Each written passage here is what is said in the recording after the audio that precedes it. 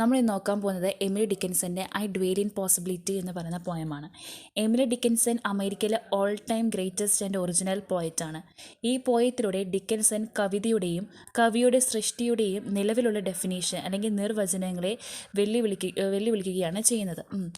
I dwell in possibility ഒരു multi layered പോയമാണ്. അതായത് പോയിറ്റ് എഴുതുന്നതിൻ്റെ ശക്തിയെക്കുറിച്ചും സാധ്യതകളെക്കുറിച്ചും പറയുന്നു.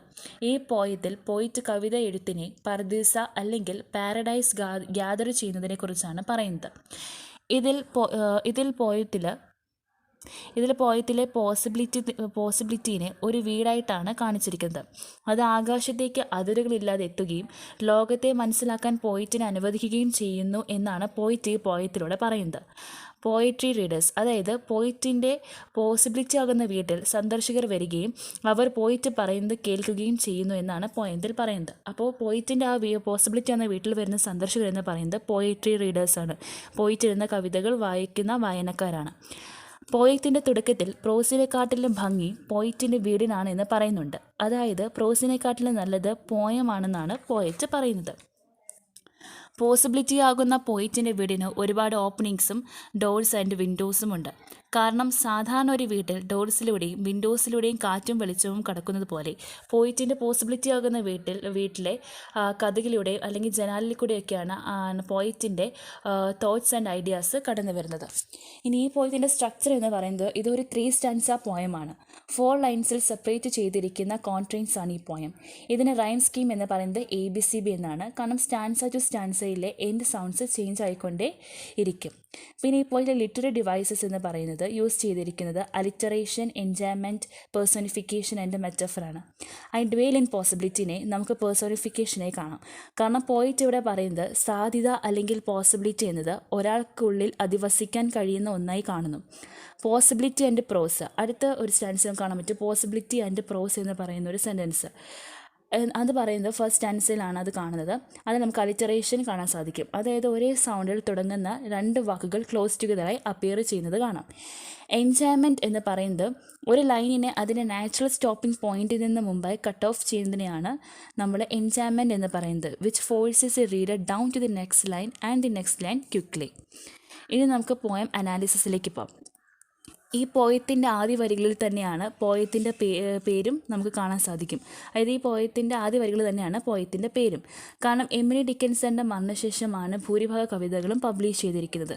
അതുകൊണ്ട് അതിന് പ്രത്യേകിച്ച് തലക്കെട്ടൊന്നുമില്ല. പോയം അതിൻ്റെ ആദ്യ വരികളിലൂടെയാണ് അറിയപ്പെടുന്നത്. ആദ്യ വരികളിൽ പറയുന്നത് സാധ്യത എന്നതിനുള്ളിലാണ് താൻ ജീവിക്കുന്നതെന്നാണ്. പോയം അല്ലെങ്കിൽ പ്രോസിനെക്കാട്ടിലും അല്ലെങ്കിൽ ഗദ്യത്തെക്കാട്ടിലും കവിതകളാണ് നല്ലതെന്നാണ് പോയറ്റ് പറയുന്നത്.